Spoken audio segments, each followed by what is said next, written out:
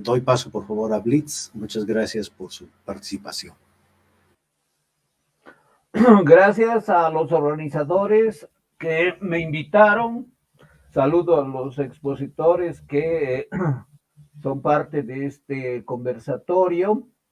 Y especialmente quiero saludar a Ricardo Fernández y a Erika Brockman, quienes fueron condiscípulos míos en diferentes contextos. Bien, en primer lugar quiero decir que no voy a exceder el tiempo de nuestro amigo Carlos Bert, que han sido 40 minutos, debían ser 10 según la inicial programación. Yo no voy a exponer más de 40 minutos y va a ser mi única intervención en cuanto a análisis, respondiendo las dos preguntas a las que inicialmente debo decir que respondo de manera afirmativa, aunque la última de una manera un tanto relativa. Voy a compartir las diapositivas, aunque no puedo ingresar. Aquí está, ya ingreso. El título de mi exposición dentro de este conversatorio titulado Despertar de la verdad o caso de la mentira es la verdad entre mentiras, falacias e insinceridad. ¿Qué significa esto? Que a mí me ha sorprendido la actitud tan optimista que da lugar a pensar que estaríamos viviendo un tiempo en que la verdad despertaría y que la mentira, por decir así, moriría o entraría en un ocaso o en una... o en penumbras. Yo pienso que por muy encomiable que sea este deseo, la realidad es exactamente la contraria. Es decir, vivimos un tiempo caracterizado, por ejemplo, por la posverdad, en que ya a nadie le interesa la verdad y todos opinan lo que les viene en gana, dicen lo que les conviene, y todos asumen como, bueno, es una opinión más, es un punto de vista más, tan válido como cualquier otro. Vale lo mismo que opine un premio Nobel, a que opine el hijo del vecino sobre cualquier tema, y todas son opiniones válidas. Entonces, según mi análisis, vivimos un tiempo de posverdad en que lamentablemente la verdad no despierta ni la mentira es aplastada, sino todo lo contrario. Bueno, ya han avanzado mis diapositivas, está bien.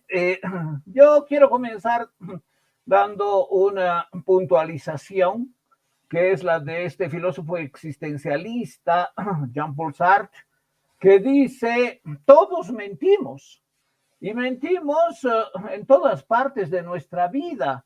O sea, mentimos en el trabajo, en la oficina, mentimos en la escuela, en el comercio, en el hogar, y mentimos a todos con los que nos relacionamos.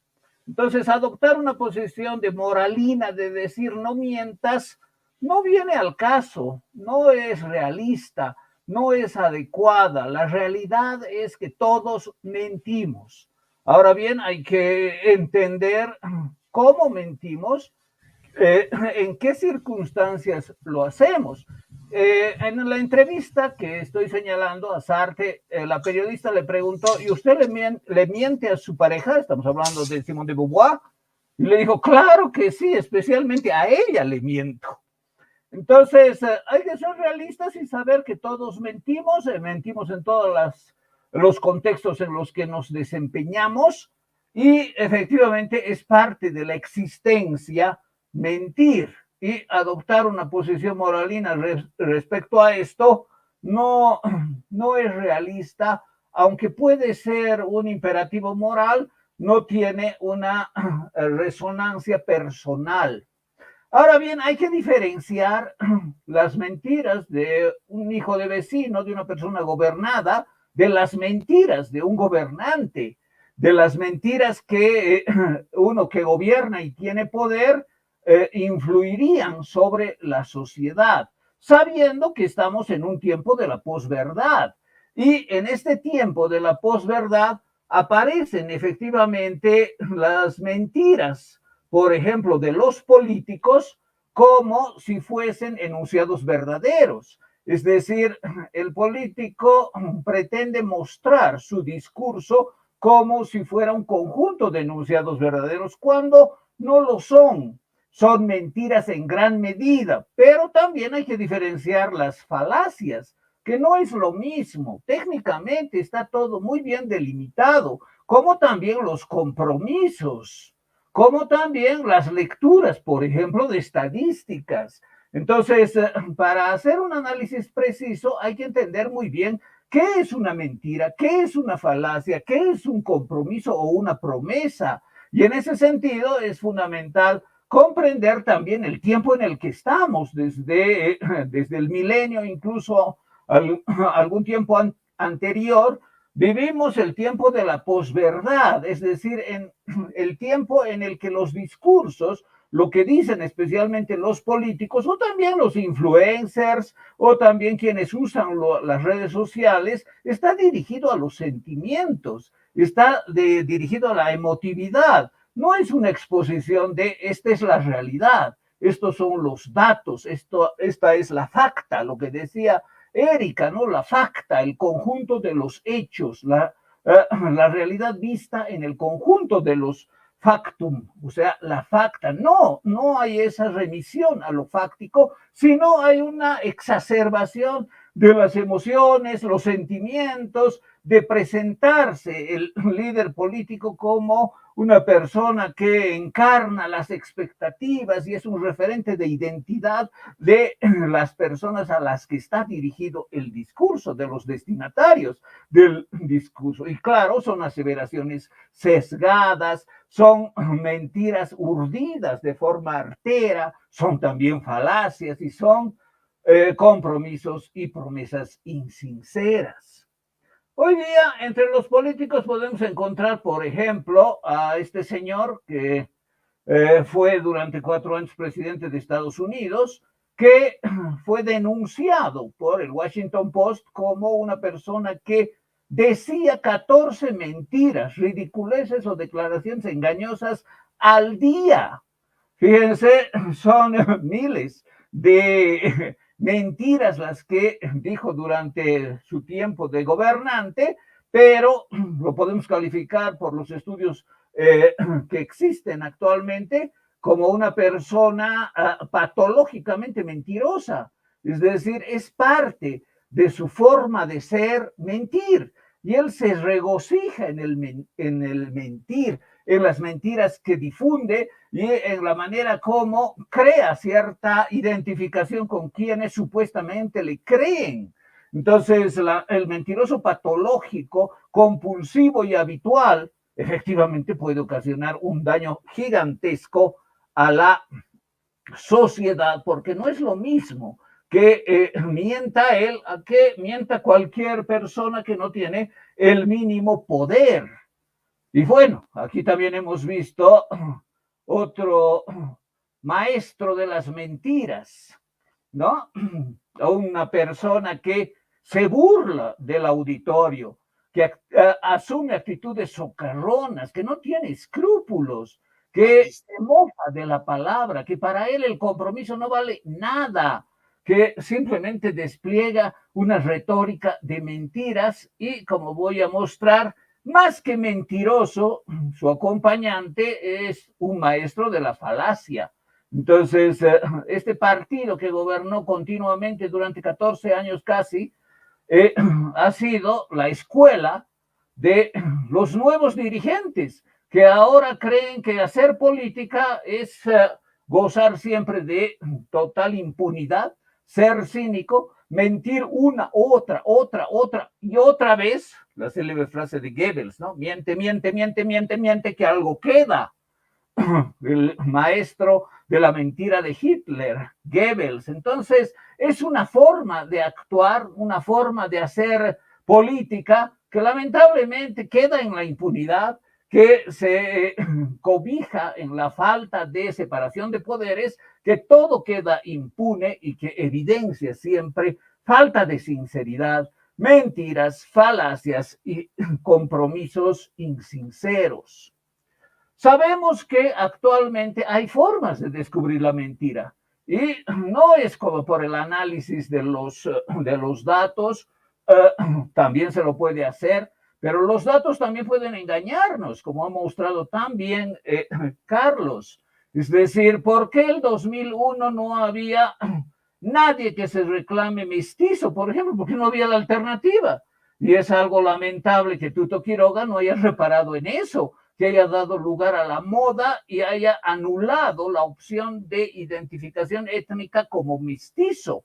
Entonces, hay también esa, diríamos, moda y las fuerzas teóricas y los impulsos políticos que en algún momento pueden incluso dar lugar a que alguien con una vocación democrática no se dé cuenta del exabrupto en el que está cayendo al establecer un conjunto de respuestas posibles que no incluyen la clave de la identificación para una gran mayoría, por lo menos en las ciudades, de la población boliviana.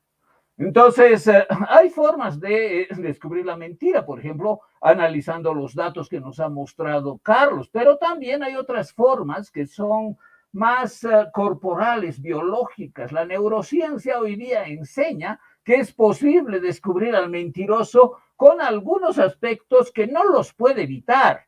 El mentiroso no puede evitar, por ejemplo, la dilatación de la pupila, no puede dejar de hacer uso de frases repetitivas, porque así se convence a sí mismo, y más si es un mentiroso compulsivo, si es un mentiroso habitual. Además, se hace uso de las muletillas, etcétera. Aquí están los avances de la neurociencia para establecer quién miente, cuándo lo hace. Y esto en el futuro va a ser mucho más desarrollado e instantáneamente a través de un video se va a saber, este está mintiendo. ¿Por qué? Por la forma donde mira, por cómo usa los labios, etcétera, etcétera. Son microfacciones faciales que delatan al mentiroso. Pero bueno, al margen de eso y al margen de que todos sepan que el líder miente, por ejemplo, Corea del Norte, nadie tiene el valor de oponérsele porque es un líder represivo,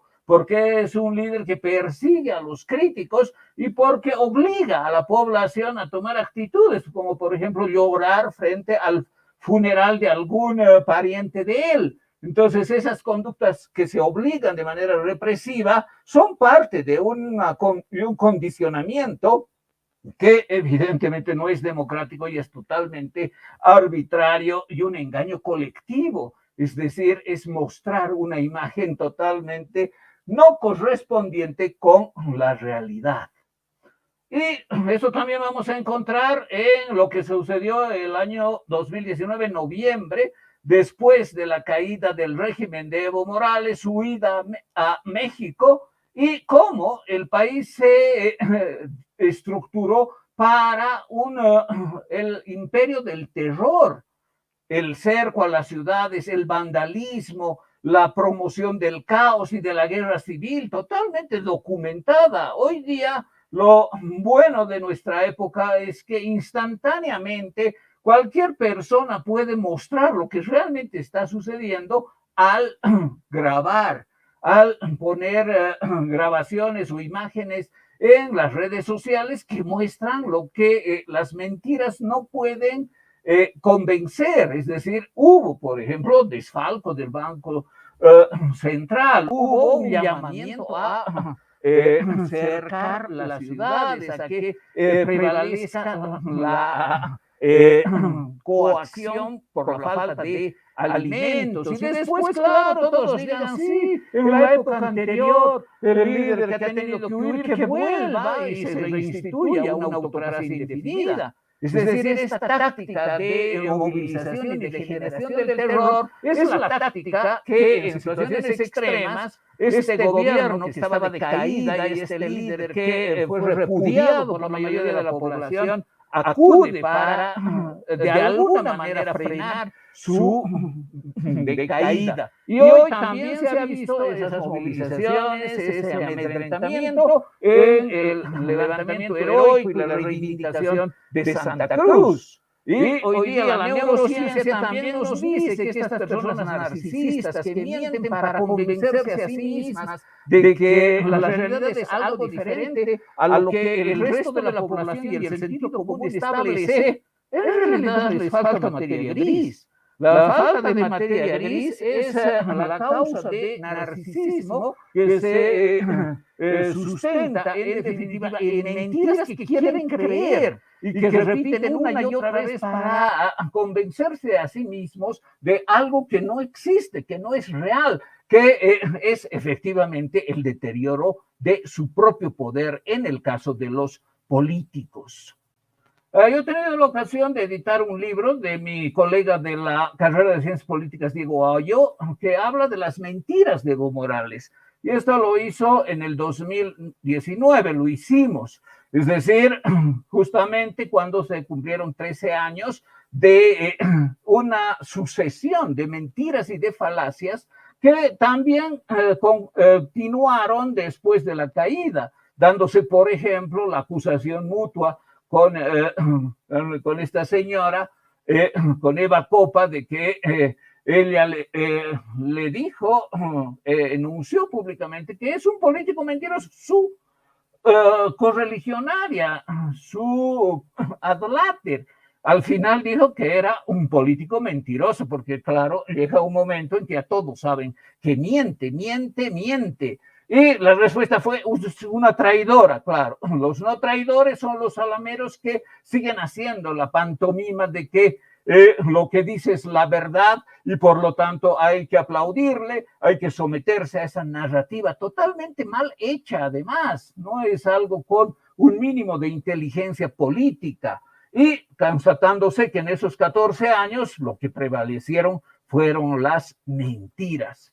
También edité 2 libros, si alguien del auditorio quiere conseguirlos gratuitamente, no tiene más que escribirle al CONADE, a Ricardo Fernández, y les va a enviar tanto el libro de Ayo como estos 2 cuadernos de investigación sobre la mentira en la política. Y ahí, en estos 2, pude reunir 11 artículos de diferentes especialistas, por ejemplo, de un psiquiatra que habla de cuándo se da la mentira patológica, es decir, esta mentira enfermiza de gente enferma que necesita mentir todos los días para convencerse, y otros análisis más sumamente sugestivos desde puntos de vista sociológicos, lingüísticos, etcétera, que permiten comprender lo nocivo que es la mentira y cómo en la posverdad se acepta y se tolera una apariencia colectiva dada también por la represión. Hay que diferenciar la mentira de la insinceridad en el compromiso, y aquí la teoría de actos verbales de diferentes escuelas, especialmente inglesas, muestran que cuando alguien se compromete a algo, no se puede decir, es un mentiroso o es una mentirosa. Ella dijo que no sería candidata y ahora es candidata, nos mintió. No, eso no es correcto. Desde el punto de vista del acto verbal, cuando uno se compromete a algo, puede tener 2 actitudes, o una actitud honesta que dice, sí, yo voy a hacer todo lo posible para cumplir mi compromiso, o tener una actitud deshonesta. A estos imbéciles les voy a decir, me voy a comprometer a hacer tal cosa cuando no lo voy a hacer. La segunda actitud deshonesta, ¿a quién sabe que se da? Solo el que tiene esa actitud. Es decir, el que hace la promesa, porque al final nadie puede darse cuenta, nadie puede saber si miente o no, porque no hay mentira, hay compromiso insincero. ¿De quién? De quien da una promesa, cualquiera sea la promesa. Yo les voy a dar 1,000 bolivianos a todos ustedes porque son pobres cuando voten por mí y yo sea presidente. Hubo esa promesa, si se acuerdan y saben de quién es. O yo no voy a ser candidata, otra promesa, otro compromiso. Ahora, si la persona que da la promesa en el momento que la hace tiene la actitud sincera de cumplirla y hacer todo lo posible por cumplirla, entonces ese compromiso es honesto. Pero si la persona en el momento que hace la promesa dice, los voy a engañar, voy a decirles lo que sea para conseguir esto, entonces esa promesa es insincera y es parte de un engaño, de compromiso. Eso es lo que hay que diferenciar. Entonces, no hay promesas falsas. No existen promesas falsas ni promesas verdaderas. Existen promesas sinceras y promesas insinceras. Es decir, de gente inescrupulosa que puede prometer lo que sea porque sabe que no lo va a cumplir y porque sabe que lo que está diciendo es totalmente carente de carácter vinculante, es decir, no le obliga a esa persona a hacer lo que se ha comprometido a hacer. Entonces, no hay que confundir las mentiras con las promesas, y es errado decir promesa falsa. Hay promesa insincera, pero no falsa. Si no se cumple la promesa, puede ser que la persona haya sido sincera cuando la formuló, pero por alguna razón cambió o por varias razones cambió. Entonces hay que analizar desde el punto de vista de los actos verbales, lo que son los actos verbales compromisorios, en el caso especialmente de las promesas electorales y las promesas de los políticos. Brevemente vamos a ver, no quiero excederme los minutos que he señalado, la verdad, la falsedad, la mentira y la insinceridad. Hay que diferenciar los tres mundos de Karl Popper, ¿no? El mundo 1, 2 y 3. ¿Cuál es el mundo 1? El de los estados físicos, lo que pasa en la realidad, que puede ser la naturaleza o la sociedad. Este es el mundo 1, el mundo de los estados físicos. Ahora, ese mundo no hay que confundirlo con el mundo 2, que es lo que el investigador, el científico, el intelectual o también la persona, hijo de vecino que vive en la sociedad, ve. Lo que ve es lo que está en su conciencia, lo que se constituye en su conciencia como imagen de este mundo, que no necesariamente es correspondiente. Una persona que tiene dificultades de ver las cosas como son, las va a ver de otro color, de otra forma, de una manera que no corresponde a lo que es. Y finalmente, el mundo 3 es el conjunto de enunciados que, partiendo de las apreciaciones en la conciencia, el sujeto formula. Si es un científico, si es un intelectual, si es un analista, lo que ve lo va a expresar de manera analítica, de manera coherente, de manera articulada, como una teoría. Y ese mundo, el de las teorías, de los discursos, de los enunciados, de la ideología y de todo, es un mundo diferente, tanto al de las percepciones como al mundo de los hechos, de los facta.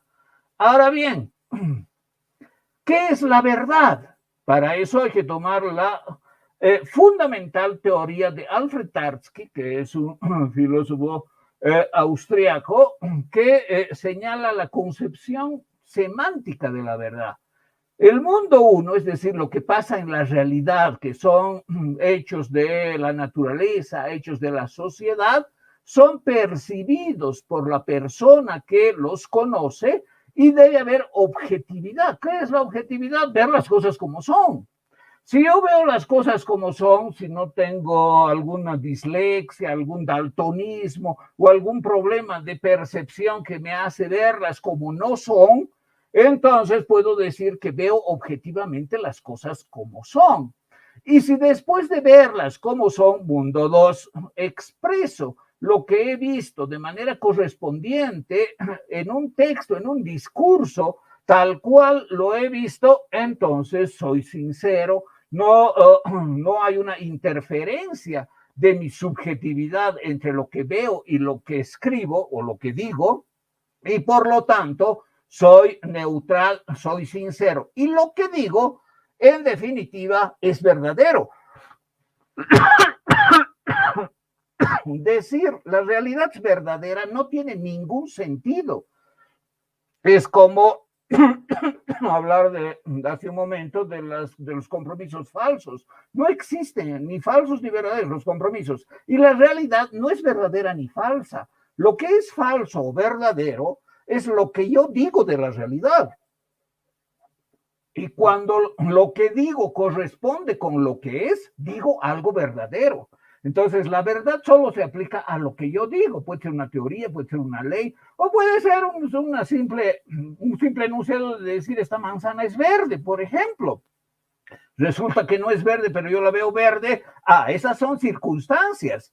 Hay una circunstancia que es, por ejemplo, el error de percepción, siendo sincero a una persona. El error de percepción por daltonismo, lo que sea, yo veo algo que no tiene el color que tiene en la realidad en condiciones normales. Entonces, como la veo diferente, yo soy sincero y digo, esto es así, entonces digo algo falso. Digo algo falso cuando enuncio que esta parte de la realidad es así, cuando efectivamente no lo es, porque yo estoy viendo de una manera que no corresponde. No hay objetividad, hay ausencia de objetividad entre la imagen y el objeto. Y por lo tanto, siendo yo sincero entre lo que veo y lo que digo, enuncio un juicio falso. Ese es el error en la percepción. Y por otra parte, se da una situación en la que las mentiras pueden dar lugar a que se enuncien proposiciones falsas. Por ejemplo, yo veo las cosas como son, pero no digo entre lo que veo y lo que digo algo congruente, correspondiente, es decir, distorsiono lo que veo de manera que lo que enuncio no corresponde con mi percepción. Esa es la mentira. La mentira se define como la ausencia de correspondencia entre la imagen que se produce en la conciencia del objeto, perdón, del sujeto, en la conciencia del sujeto y lo que el sujeto enuncia. Si no hay esa correspondencia, pese a que haya objetividad, se da una mentira. Y si la mentira se basa en la objetividad, entonces el enunciado es falso. Pero también puede haber mentiras verdaderas, cuando se da que uno no percibe las cosas como son, sino de una forma diferente y no dice lo que está percibiendo. Se da entonces una doble negación, una doble carencia de correspondencia. No hay objetividad y no hay sinceridad, pero casualmente se dice la verdad. Entonces el mentiroso también puede decir la verdad ocasionalmente. Hay un cuento magnífico de Jean-Paul Sartre que se llama El Muro, en que muestra claramente cómo se da esta situación. No hay objetividad, hay mentira, y el mentiroso dice un juicio verdadero, porque se da la doble negación. Entonces eso también se da, pero esto es muy ocasional, pero hay que tenerlo en cuenta desde el punto de vista técnico de la definición de lo que es verdadero y de lo que es falso. Entonces, en resumen, se puede decir una verdad siendo mentiroso, aunque es muy ocasional. Lo frecuente es que si soy mentiroso, digo proposiciones falsas. Si soy objetivo y soy sincero, digo proposiciones verdaderas. Esa es la teoría de la semántica, la teoría semántica de la verdad, perdón, de Alfred Tarski. Ahora, a esto, claro, hay que relacionarlo con la famosa ideología. No, es que yo veo las cosas diferente. Y como yo veo las cosas diferente a como las ves tú, no vamos a estar de acuerdo en quién dice la verdad, porque yo las veo con unos lentes de color específico y tú con otros. La ideología es eso, es como tener unos lentes, a ver, perdón, se ha saltado, es como tener unos lentes que permiten ver la realidad con cierto color. Es decir, todo lo veo yo rojo. ¿Por qué? Porque soy marxista, etcétera. Todo lo veo yo azul. ¿Por qué? Porque soy masista y así sucesivamente, como una luz que iluminaría todo. Esto efectivamente existe y da lugar a justificar diferentes visiones. Pero el tema es, entonces, ¿quién tiene una visión objetiva del objeto? Es decir, lo ve tal cual es. Lo curioso de las ideologías es que quienes van a aplaudir al marxista van a ser otros marxistas, quienes van a aplaudir al masista van a ser otros masistas y van a decir, sí, lo que dices es la verdad, sí, lo que dices es la verdad, y todos los demás están equivocados. Entonces la ideología es la gran coartada para decir, yo veo la realidad de una manera distinta y por lo tanto lo que yo digo que es diferente a lo que tú dices sobre lo mismo es verdadero. Y aquí cabe la pregunta, entonces hay verdades múltiples, verdades que dependen del cristal con que se mira el objeto y de la estructura ideológica que sustenta una percepción y un discurso. Ese es un punto de vista que hay que analizarlo. Lo que se sabe usualmente es que hay, en efecto, una coartada sobre la ideología. Y para hacerlo más rápido, voy a mostrar en qué consiste, por ejemplo, la coartada marxista. La coartada marxista que dice, nosotros los marxistas vemos de una forma diferente cómo ven la realidad los objetos, los demás que no son marxistas, en realidad se sustenta, en efecto, se sustenta en la coartada del criterio de la praxis, que si se lo analiza fríamente consiste en lo siguiente. Bueno, nosotros vemos el objeto de una manera.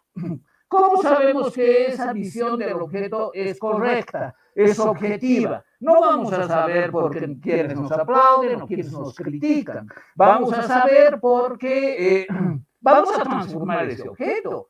Entonces, si nosotros queremos transformar ese objeto de que lo vemos así, con nuestros lentes de color rojo, y lo vamos a transformar en algo que se vuelva verde, entonces, si logramos transformar el objeto A, que lo vemos rojo, en el objeto B, que es el mismo objeto transformado en verde, y logramos eso, entonces nuestra percepción del objeto inicial A era correcta. Dicho de otra forma, la práctica define el criterio de verdad. Pero esto es una coartada, ¿por qué? Porque al final es una profecía autocumplida. Es decir, la profecía autocumplida consiste en decir, esto va a pasar, y hasta que no pase, no se va a saber qué era verdadero o falso. Pasó finalmente, entonces nosotros estábamos en lo cierto. Es decir, no hay criterio de intersubjetividad, que es el criterio epistemológico fundamental en las ciencias hoy día. ¿Y en qué consiste? Que otros pares que ven el mismo objeto, que pueden hacer las mismas pruebas, traten de falsear, teoría de Popper, la proposición inicial de la persona que ha tenido la primera lectura y que ofrece un discurso que se pone en cuestionamiento. Entonces, la ciencia y el conocimiento científico no es un conjunto de verdades, es un conjunto de hipótesis, o como dice Popper, de conjeturas que otros científicos tratan de falsear. Y si no pueden hacerlo, entonces se corrobora más la teoría. Esa es una posición ecuánime, filosófica y epistemológicamente consistente, y no la coartada del criterio de la praxis. ¿Por qué hubo finalmente la transformación de una sociedad semifeudal como era la Rusia zarista, cuando debería ser Inglaterra la que se vuelva comunista, según los anuncios de Marx como augur de la transformación social y política y económica del capitalismo hacia el socialismo? Bueno, teóricamente eso no cuadra, pero cuadra desde el momento que apareció la URSS, porque apareció una transformación que fue posible porque cambiaron el objeto de estudio y por lo tanto la lectura de la Rusia zarista era correcta para los marxistas de 1917, es decir, la profecía autocumplida. No se trata de verificar la corrección de la objetividad y la sinceridad del que enuncia, sino de que se cumpla por la praxis lo que se anuncia como transformación de lo que inicialmente es percibido. Entonces, esta es la coartada del criterio de la praxis, que es anticientífico y modifica el criterio de verdad epistemológicamente que debería ser coherente, sustentado.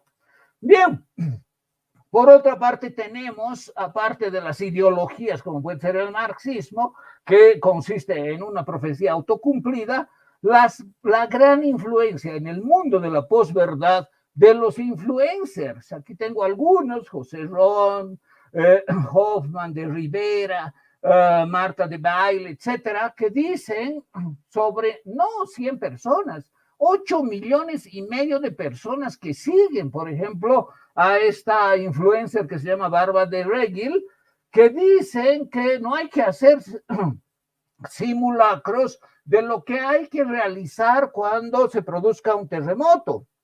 ¿Por qué no? ¿Por qué no vamos a practicar nuestra acción de emergencia? Porque esas acciones atraen al terremoto. Fíjense, eso dicen. Es increíble cómo estas personas, y no es un criterio de un pobre ignorante, son actores, claro, su formación académica es bastante pobre, ¿no? Pero lo que dicen es inmediatamente corroborado por millones de personas que firman cartas y dicen al gobierno no haga prácticas de cómo reaccionar frente al terremoto, sino porque eso atrae el terremoto. Fíjense, es ridículo.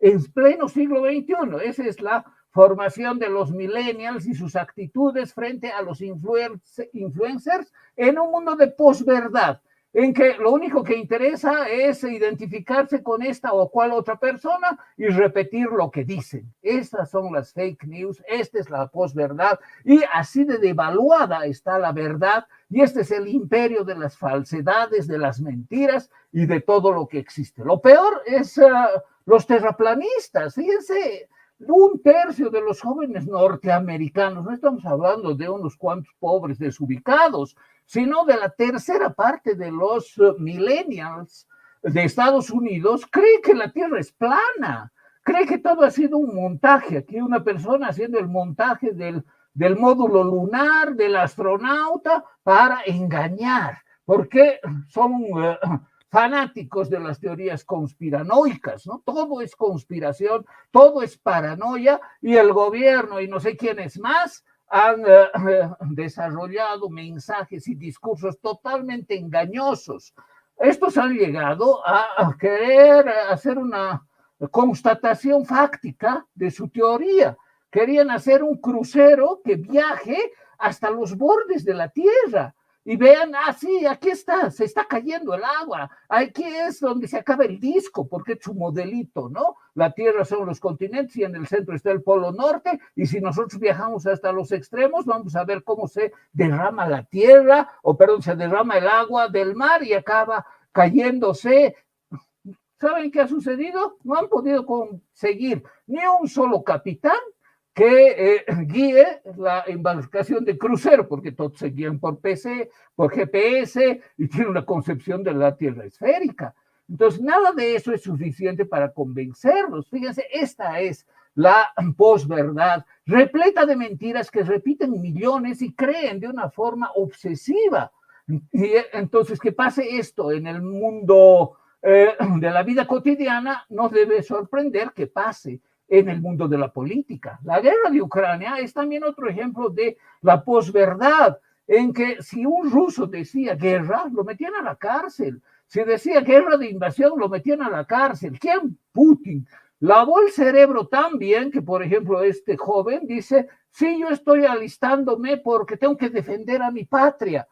La patria, ¿qué patria? Rusia. ¿Qué es Rusia? El país invasor de una democracia como la de Ucrania. Y él cree totalmente al revés que a quien tiene que defender es a Rusia. Y estos militares rusos, fíjense, llegan al extremo de decir a los médicos ucranianos que les salvan la vida, a ustedes los vamos a matar porque son unos nazis.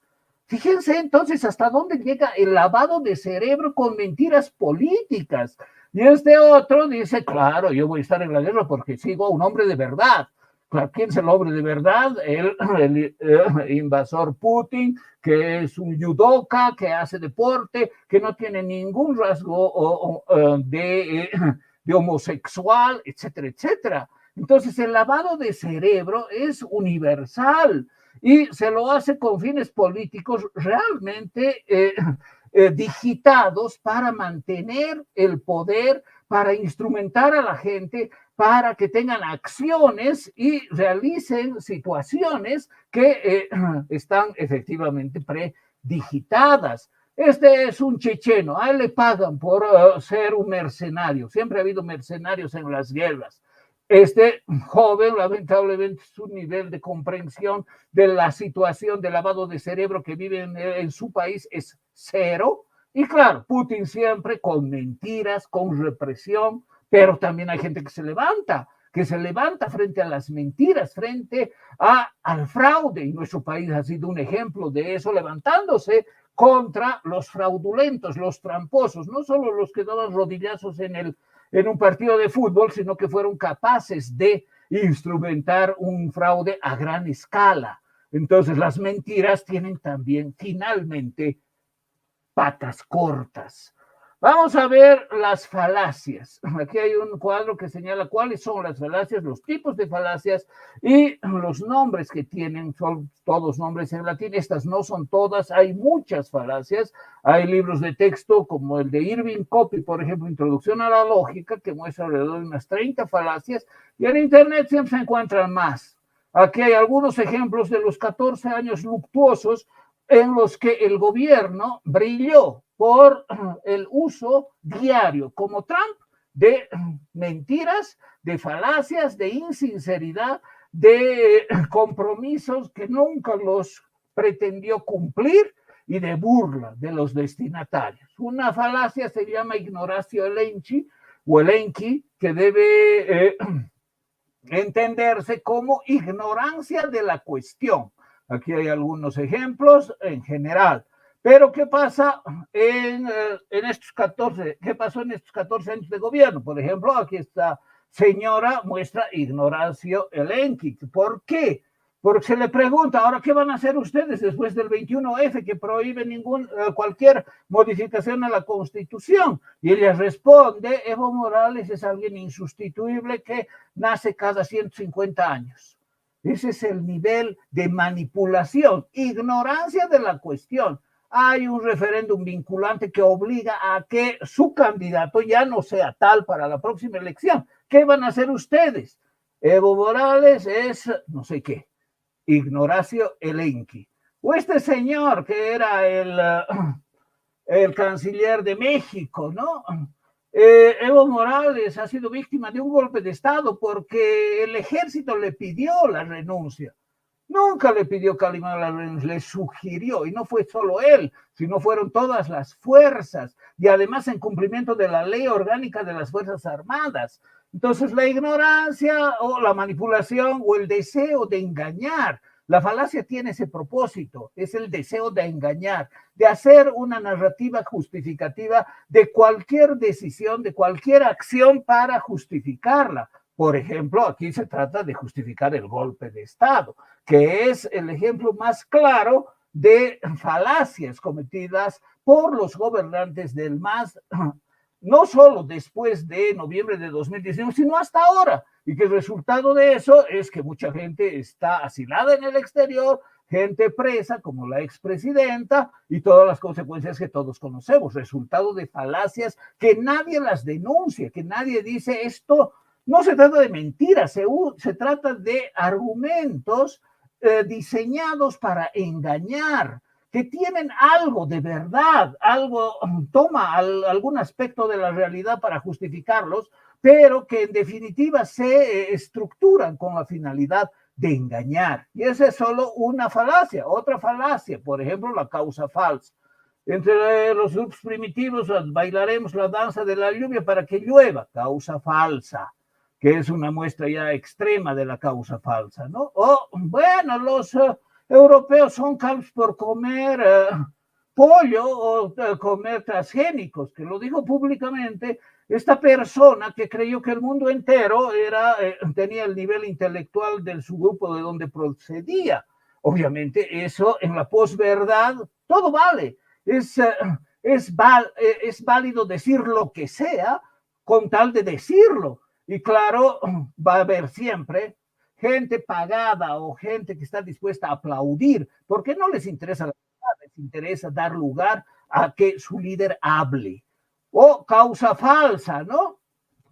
En este caso, antes del 21F, este señor decía, se va a ocultar la luna, las guaguas le van a quitar todo, así que votemos nomás porque haya la reforma en el 21F, es decir, 21 de febrero de 2016, causa falsa. Y así, fíjense, es muy fácil recurrir a noticias de prensa, esto está basado en noticias de prensa, y encontrar en las justificaciones del gobierno una, otra y miles de falacias. Han habido artículos que se les ha agotado el alfabeto de la A a la Z para señalar los fraudes, las mentiras, las exageraciones y las falacias cometidas por exgobernantes en los 14 años luctuosos. Otra falacia, la falacia del jugador. ¿En qué consiste? Es en utilizar la estadística de la manera más sesgada que se pueda usar. Hay un libro que se titula Cómo engañar con estadísticas. Y Bernard Shaw en una oportunidad dice, la estadística señala que si mi vecino tiene 2 autos, entonces en promedio cada uno de nosotros tiene un auto. Eso burlándose de las estadísticas, ¿no? Y Carlos ha mostrado que las estadísticas se manipulan de una manera inefable, es decir, sin ningún sentido común, sin ninguna prevención de que estoy engañando. Aquí la falacia del jugador, ¿no? Se va a modificar, estamos perdiendo, pero va a cambiar, por estadística va a cambiar, van a ver que al final vamos a hacer el cambio, es decir, el cambio en la Constitución, el 21F. 21F es otro ejemplo muy elocuente de la falacia del jugador. Y lo mismo aquí, la estrategia envolvente de vacío de poder, etcétera, ¿no? Es decir, voy a volver. Eso dijo Evo Morales a un periodista de la BBC cuando tuvo que huir, llevándose todo lo que todos sabemos, ¿no? Voy a volver en cualquier momento. ¿Por qué? Porque va a pasar, eso va a pasar. Y claro, ahora es penoso como una persona con tantas denuncias, inclusive de pedofilia, de llevársela a los recursos del Banco Central. Los periodistas se arremolinan para escuchar sus opiniones. Es decir, en la sociedad no hay ni siquiera una sanción moral de decir a esta persona que está con tantas denuncias, que tiene tanta responsabilidad, que ha asusado a la población, a sus adláteres, a acercar las ciudades, por lo menos no le demos la palabra, pero es todo lo contrario. Entonces, otra falacia, argumentum ad populum. Y claro, el maestro de esto es Hitler, secundado por Goebbels. Y en Bolivia, claro, saben que no quiero ser otra vez reelegido, pero como me está pidiendo el pueblo, el mito del pueblo, ¿no? Además, ¿cómo lo entiende? Voy a responder al pueblo y les voy a dar el gusto de que otra vez sea su gobernante. Argumentum ad populum, otra falacia. Y otra... dice el golpe de Estado. El mismo momento de renunciar, denuncia.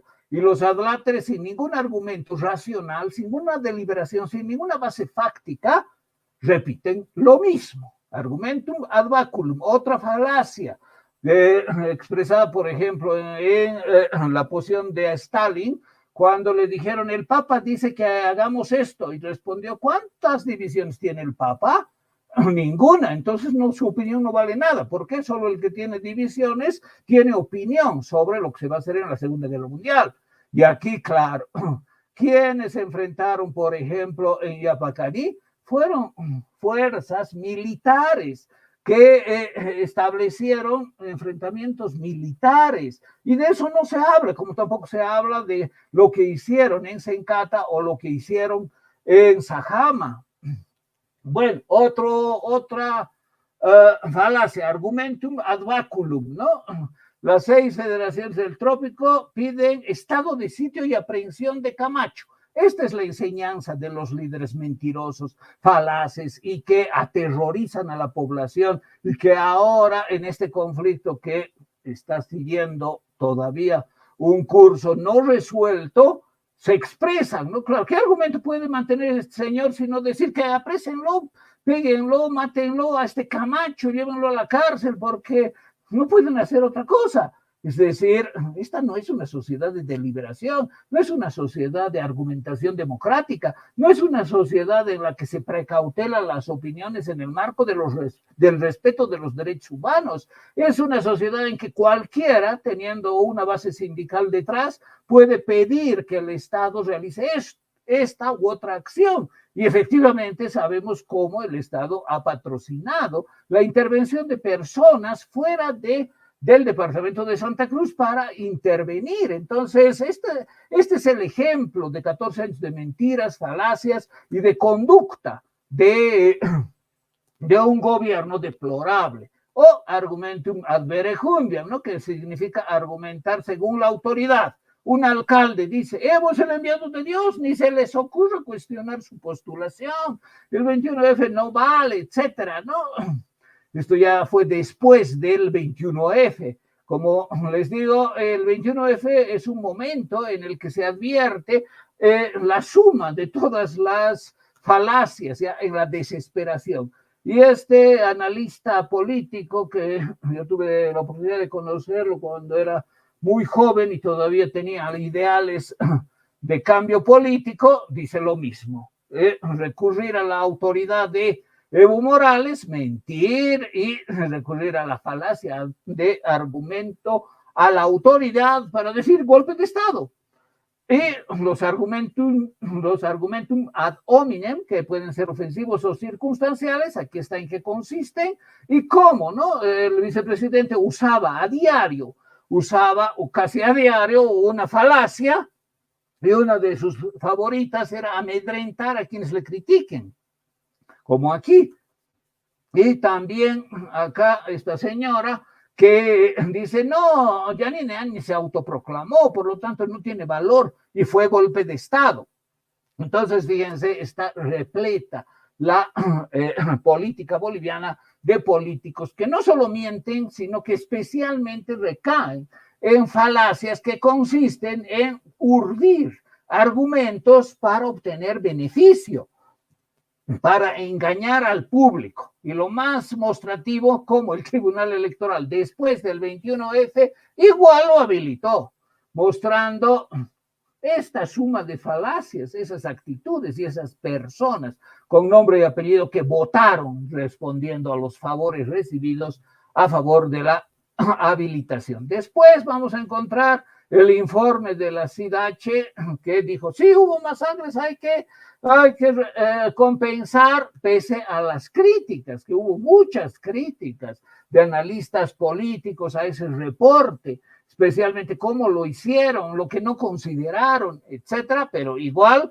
prevalece según la moda. O si no, el argumentum ad misericordiam, ay, pobre de mí, me querían matar, este señor me salvó la vida, etcétera, ¿no? Es decir, esas actitudes de generar lástima, de victimizarse sin ninguna dignidad para conseguir pigricias de las acciones políticas, por ejemplo, a nivel internacional. O el argumento de ignorancia, ¿no? No, lo que he hablado yo con el líder queda entre nosotros. Aquí no dice entre, ¿no? Dice en nosotros.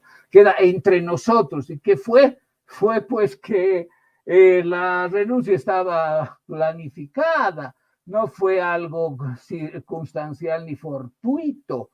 Aquí hay algunas apreciaciones que yo he hecho sobre el golpe de Estado y cómo es el lugar donde se ven las grandes falacias. Y frente a las falacias, lo que hay que poner siempre son los hechos para devolver al discurso, que es totalmente ideológico, un mínimo de objetividad, es decir, para refutar los discursos ideológicos que tienden a mostrar una interpretación de los hechos totalmente sesgada, manipulada y tendiente a lavar el cerebro o a justificar para que todos a regañadientes tengan que aceptar esa narrativa. Los regímenes totalitarios lo hacen con la amenaza de la represión.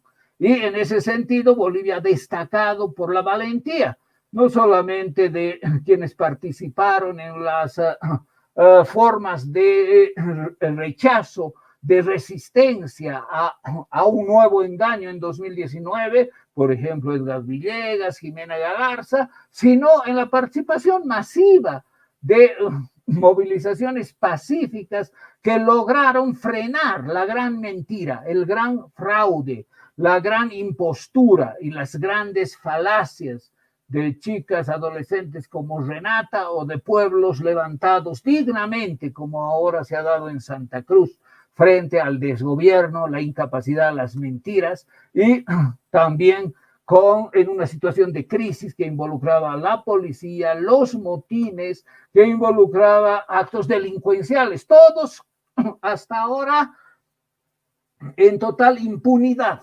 Los ejecutores impunes. ¿Por qué? Porque son aliados de ya sabemos quiénes. Y los ataques a los módulos policiales, la quema de casas, aquí por ejemplo la planificación de las renuncias, y aquí está en YouTube donde se puede escuchar lo que fue verificado como auténtico de llamar a la movilización, al terrorismo en definitiva, y la gran narrativa para que al final vuelva el autócrata a gobernar con sus reducidas ambiciones y su escasa materia gris. Gracias por su atención. Buenas tardes.